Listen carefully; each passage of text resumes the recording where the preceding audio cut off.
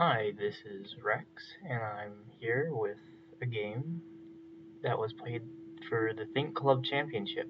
It's in the time withdrawal 20 minutes with a 7-second increment after each move, and it was between Eman1004 and DanielJarlskov.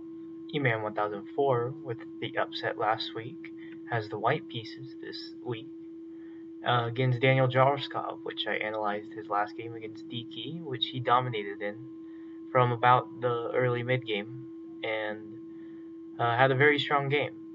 Uh, in this game, it opens up with the queen's pawn and goes into a normal queen's gambit decline, and follows up with a queen's knight variation of it. But it does quickly go into the semi-Tarrasch defense with a c5 here, and the Pillsbury variation with bishop to g5. This looks like it was prepared by Eman after looking at DanielJarlskov's opening history. Uh, he has not played against this line at all on his account, and his account has been around for a while. Furthermore, though, in the semi-Tarrasch defense that DanielJarlskov seems to commonly play, he has lost quite a bit, more than any other line, with about only a 40% win rate for him and a 60% loss rate. In this line, though, after bishop g5, there usually is the c pawn taking on d4 variation, followed by knight takes d4 and e5 to get a strong center for black. The white knight will usually come back over here. Otherwise, after the knight will come here, there is e5, and even though you get to swing the knight back, you've wasted a couple moves while black gets it to advance in the center. And black doesn't even have to advance the pawn here. Plays a quiet move like knight to c6 or bishop to d6 even to protect the pawn. But in this game, bishop to e7 was played, and it seems like an okay move. You don't want the knight pinned to your queen, so you put the bishop there, but it didn't have to be immediate, and there was obviously something here with c pawn takes d4.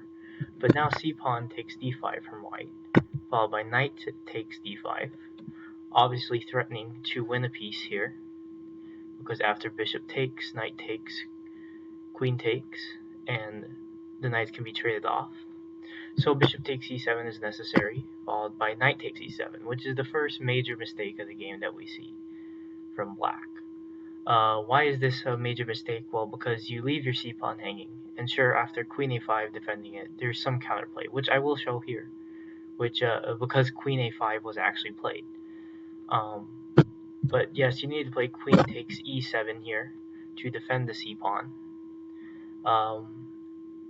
But the game continued with d-pawn taking c5, obviously.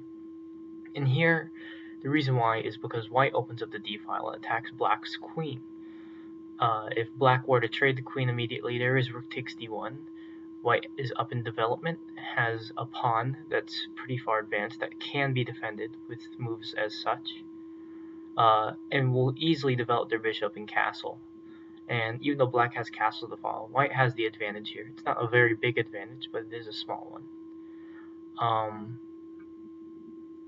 Outside of that, there is knight to d7, which is a very strong looking move, because it does attack the pawn. The pawn cannot advance safely, and there really is no way to protect its advance except with maybe the knight to here. And this knight obviously wants to keep this square in mind after the e-pawn advances and the bishop opens to keep the bishop safe once it comes to attack the king. But the idea is after knight d7 there's castles, and then this can come here to take the pawn, and the rook then defends the queen. So it's a nice trade, and your king will be safe. But currently, with your king having to take the queen after the queens are traded off the board for white, there has to be a move to make sure the queens aren't traded. And the move played here was queen a5, which this is yet another not very good move. It's not the best choice. It's not a terrible choice. The idea is that after a3, sure, there's queen takes c5, but there is knight e4. And the reason why you had to play queen takes c5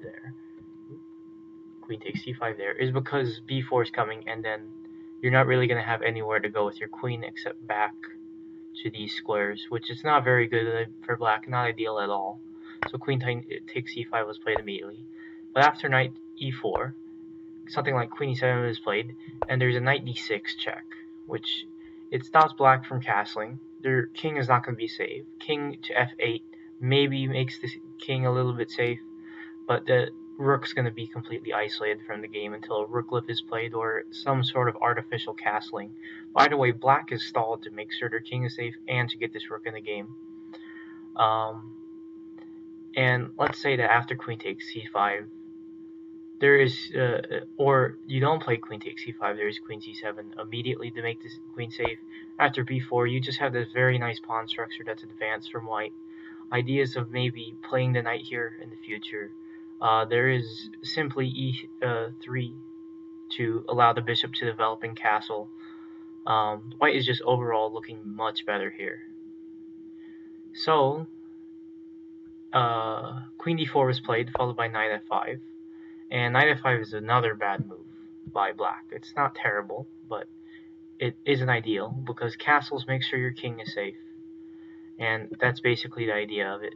But knight f5 makes your position odd, and basically you're saying, I want to give up my 2 developed pieces, or have to retreat them. So queen g4 is played, while queen c4 actually is a very strong move. Reason why is because b4 can obviously be played, and it defends the c-pawn, as queen d4 was trying to do. And after the engine suggested move of bishop d7, there's b4, queen c7, and then e4 pushes back the knight, allowing the bishop to develop at some point, and gets a strong position for white. And if queen c7 immediately after queen c4, there is just e4 immediately to push back the knight.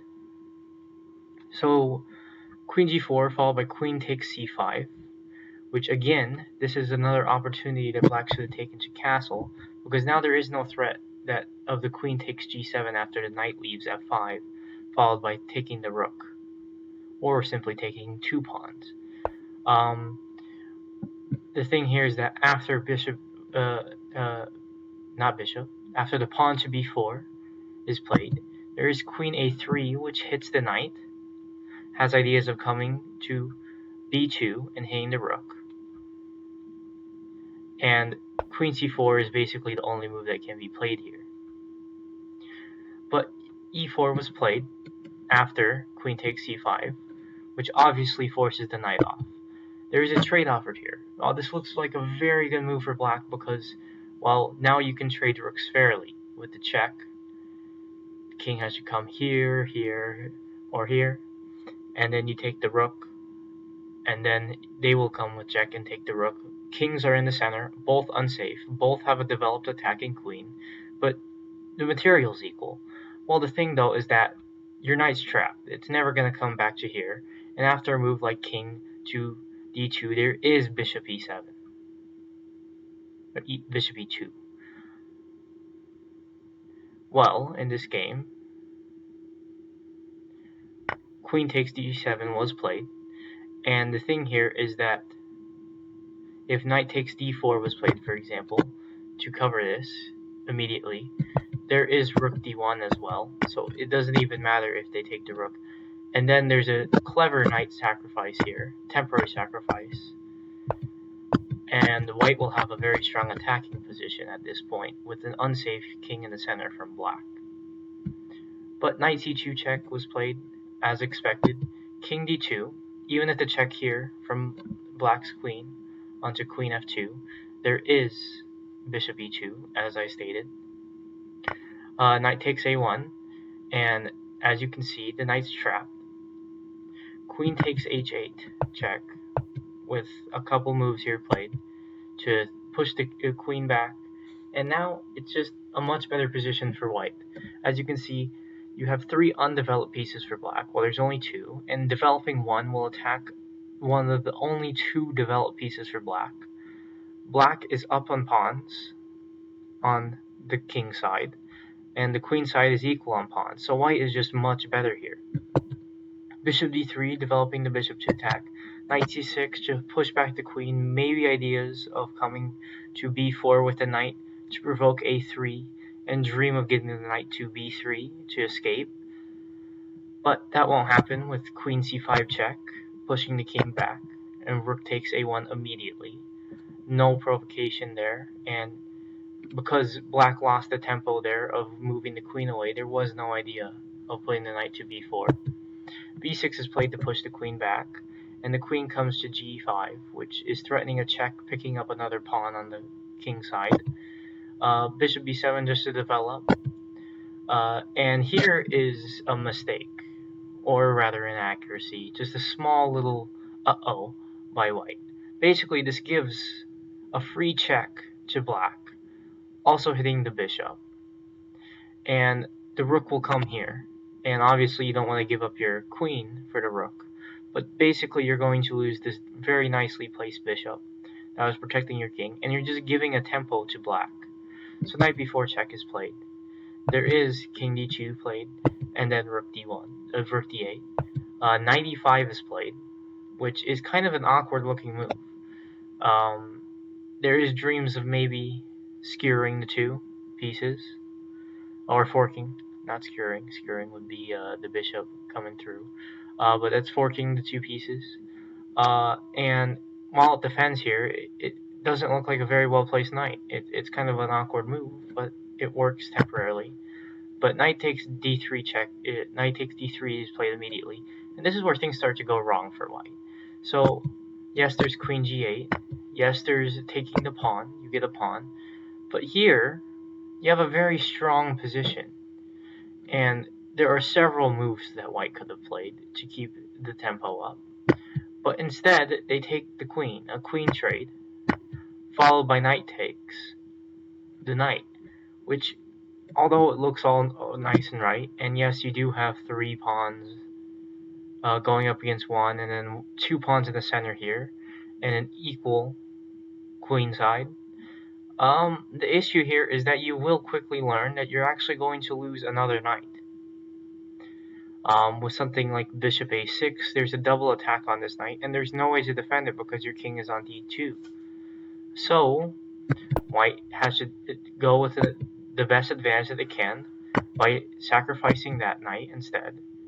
The check wasn't necessary, but the check can come to develop the rook, and then e5. e5 gets a strong center pawn, some advancement ideas, trying to get a good structure on the queen side with the pawns, and then get an easy endgame.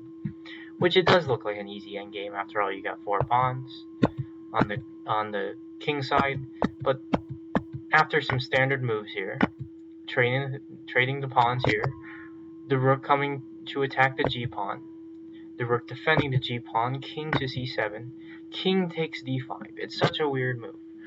Who in an endgame with all this time?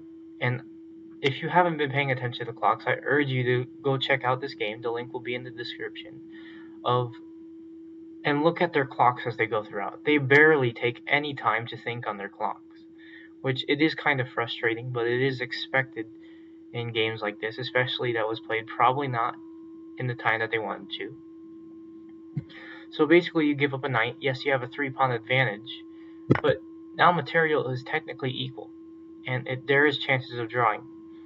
And this is where white gives the chances to black. And if black were to take a few seconds here to think, they'd realize that they actually do have something, because they can attack the pawn here, forcing the pawn to g5. And if you can take a moment here and look at why that would work out, you can go ahead and pause the video, but I will go ahead and say why bishop to e2, attacking the pawn, forcing to g5, actually draws the game for black. It basically does. There's some shuffling and ideas from white or black to try to win. Not really black as much, but black would just have to try to force the white king to somehow get in the same file with the rook and force a check to get the rook off the board. But if you look at this, g5, you notice that look at all the squares the king can escape to behind pawns to avoid rook checks. They're all white squares, or light squares rather. And Either way, the bishop can check the king on these squares, causing an infinite check problem. And it would take forever for the king to be able to get here, and then there's ideas of back rank checkmating. So the king obviously doesn't want to go there. And if you try to, for example, move here, and if there was a check here, you'd be pinning your pawns, and you'd have bad pawn structure. With a clever rook check, you can probably win back the queenside pawns. So rook d8 check, for example, could be played, and the king could either go to e4 or e6. I would show the e6 line first, but bishop c4 check, and the king wanders here. But now the bishop is nicely placed on f5. It will attack any advancements from the pawns. If even the king slides over, then there is easy ways to defend this. The f pawn's not advancing anytime soon, and the e and g pawns are stopped from advancing. Even with king e4 to make it quicker, with bishop d3 check, king e3, bishop f5 is still played, and the same idea works. Well, black obviously missed this, and b5 was played instead, followed by e6 and some standard endgame stuff to just keep on pushing the pawn, keeping the king close to the pawns, keeping the rook behind the trailing pawn. And here the rook is under attack. There really is no good way to deal with this. Black was already lost as soon as they played b5. After a check and taking the rook, black resigns, and Eman1004, the lower rated player, the player who had come into this round as the only player to come off with an upset, has once again done it and upset. Even though they had the white pieces, this is still a very incredible feat by Eman1004 to get to the semifinals of the Think Club Championship. Hopefully we will see more games. There has yet to be any more games played. And the deadline for this is actually in less than 2 days by now. So, a very enjoyable game to watch. A lot of silly mistakes in my opinion though. Could have been cleaner for the time given. As you see, look at the time on their clocks. Even though it's endgame and they could have blitzed out, it's basically been in the high teens the entire game. So I think clock management here could have won or drawn a game for someone here.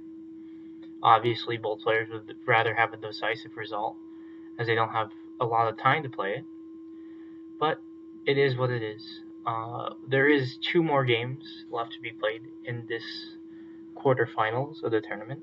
They are Windrunner 315 versus Luca 3916, and you have Diego Alexander going up against Dark Bishop.